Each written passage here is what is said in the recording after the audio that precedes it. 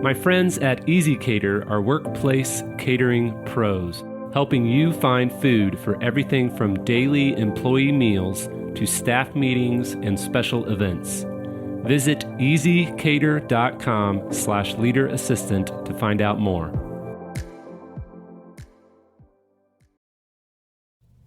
You are a valuable human being, no matter how good or bad you perform at work. The Leader Assistant podcast exists to encourage and challenge assistants to become confident, game-changing leader assistants. Hey friends, just a quick note from our sponsor for this episode. Office Otter automatically makes tasks from your Slack, email, or text messages. If you're like me, you wear a lot of hats as an EA, and I'm sure you struggle to stay on top of emails, Slack, Zoom calls, and the 1 million tabs you have open. So you get to the end of your week and you think, what did I even do this week? Well, Office Otter helps you centralize your messages, prioritize your tasks, and track your performance. Their co-founder Cheyenne shared her story in episode 134 of this podcast. You can check that out at leaderassistant.com/134 to hear her story and how she decided to launch this tool for assistants. But in the meantime, sign up for free at officeotter.com and start unloading that mental checklist. Again, sign up for free at officeotter, that's OTTER.com. Welcome to episode 137. You can check out the show notes at leaderassistant.com/137. Today's episode, I'm going to be sharing an excerpt from my book, The Leader Assistant: 4 Pillars of a Confident, Game-Changing Assistant. You can catch the full book at Amazon or Audible or Barnes & Noble, wherever you like to enjoy books. Today's excerpt is actually a clip from the audiobook, which you can find at audio.leaderassistant.com. This portion of the book is chapter 5. That chapter is called Confident, and this is where I talk about how we as executive assistants, administrative assistants, and other titles in the administrative professional field can be confident. And I'm not talking about a shallow confidence. I'm talking about a deep-rooted confidence. So I hope you enjoy this excerpt from my book. Again, you can check out the full audiobook at audio.leaderassistant.com or the paperback or digital ebook at amazon.leaderassistant.com. I hope you enjoy it, and we'll talk soon. Chapter 5. Confident. An assistant becomes a leader by building confidence in him or herself. Confidence is built by will and determination to be the best, personally and professionally. A willingness to work with and learn from others and the support of others in and outside of your organization, or networking. Rebecca S., Executive Administrative Assistant in Greenville, South Carolina. As an assistant, you're in contact with the most confident and powerful people in your company, city, industry, and for some of you, even the world. How can you expect to lead if you lack confidence in your ability to get the job done? Game-changing leader assistants are confident. I'm not talking about a Lifetime movie, music pumping, I am awesome, I am strong, I am brave confidence. What if you're not strong? What if you aren't feeling brave in a given moment? What if you fail today, tomorrow, and the next day? I'm also not talking about an arrogant, narcissistic, I do what I want and I don't care what you think confidence. Like when I'm driving. Hey, leaders should own their own dirt, right? Or like that time I was at a grocery store with a girl I was trying to impress and I ate a strawberry off the shelf, claiming, hey, free strawberry samples. They were not free samples, and I did not impress the girl, in case you're wondering. What I'm talking about is a deep-rooted, humble confidence. An unwavering belief that you have what it takes to figure things out, and a forgiving grace for yourself if you don't figure things out. Your confidence naturally will take a hit when you face an unexpected glacier. If you doubt your ability in those moments, you're not alone. The most confident people in the world have doubts, whether they admit it or not. I've spent more than half my working life as an EA. I've worked with celebrities, professional athletes, billionaires, and C-suite executives at Fortune 100 companies. You'd think I'd be extremely confident anytime I meet a high-level executive. But there are days I question whether I've got what it takes to ask for extra sauce at Chick-fil-A. There are times I'm confident in my skills, but I'm not confident in my ability to communicate well. Other days I doubt my talent, but not my worth as a person. Some days I'm confident and assertive at work, but when I get home and have to manage my boys' bedtime routine, I lose all confidence. So how do we strengthen our self-assurance? Develop a deep-rooted, humble confidence. Experience is one way to start. No matter how old or new you are to the assistant role, find someone with more experience and more confidence, and ask them to help you grow.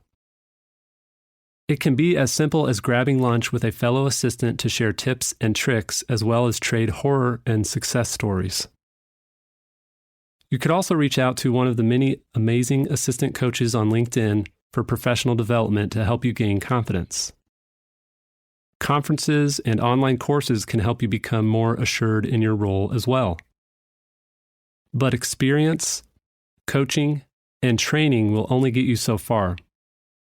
The key to unlocking a deep-rooted confidence is to remember this.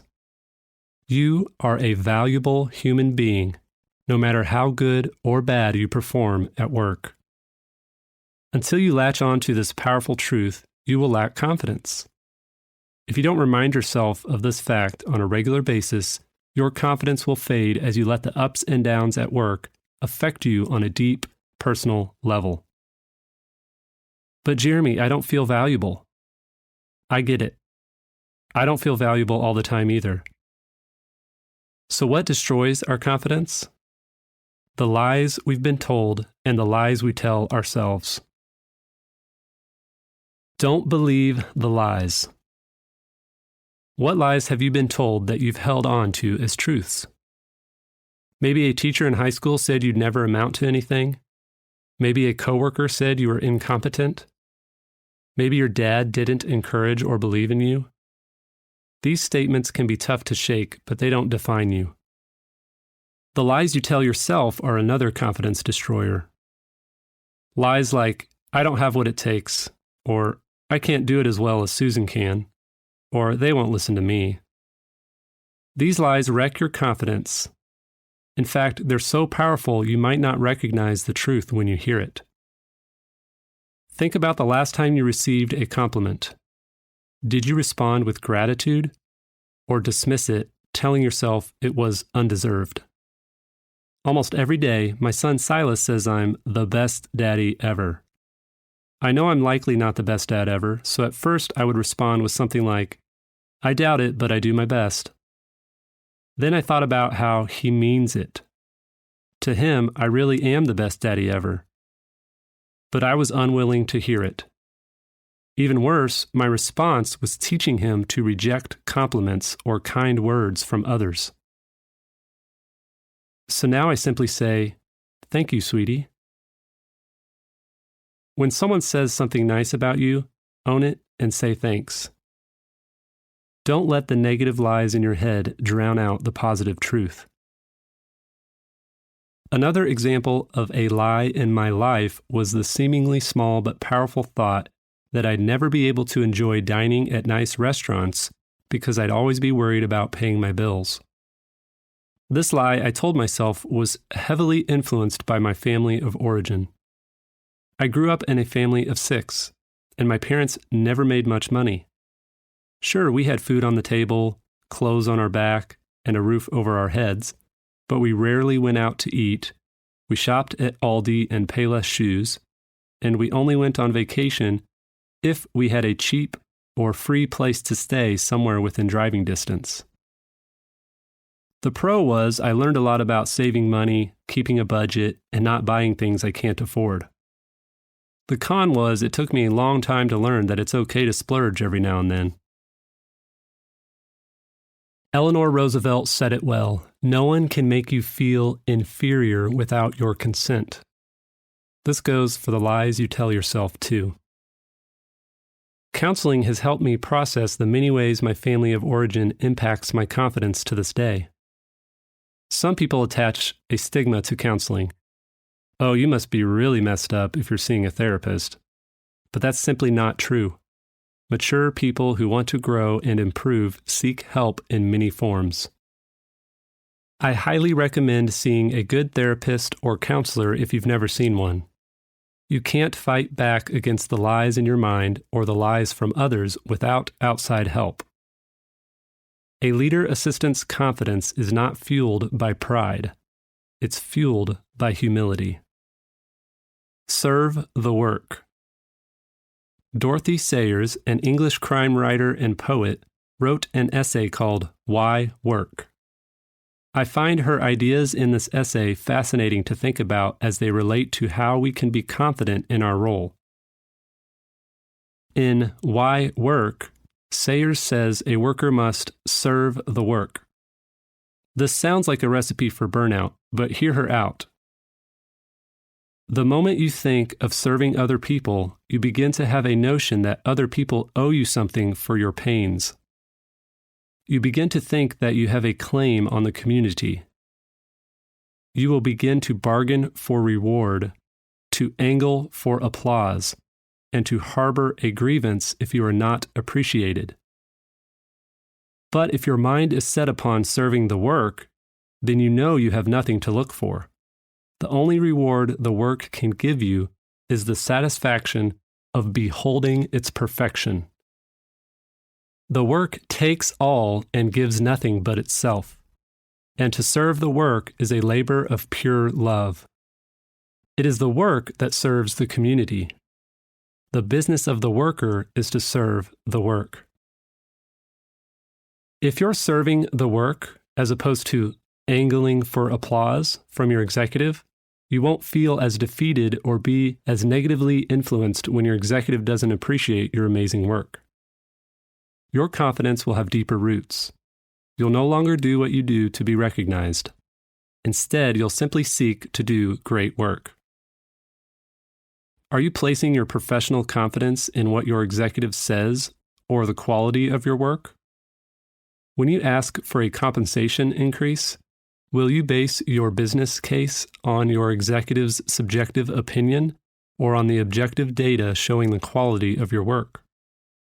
Be confident in your ability to figure things out and be kind to yourself if you can't.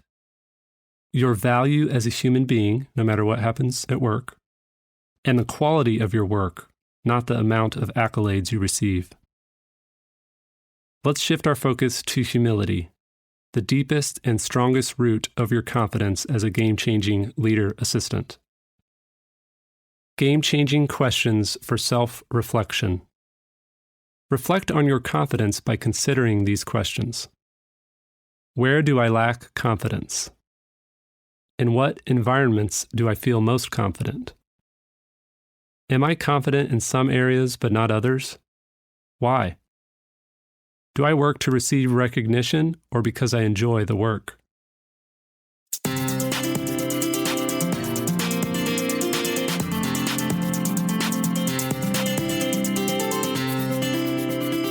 Please review on Apple Podcasts.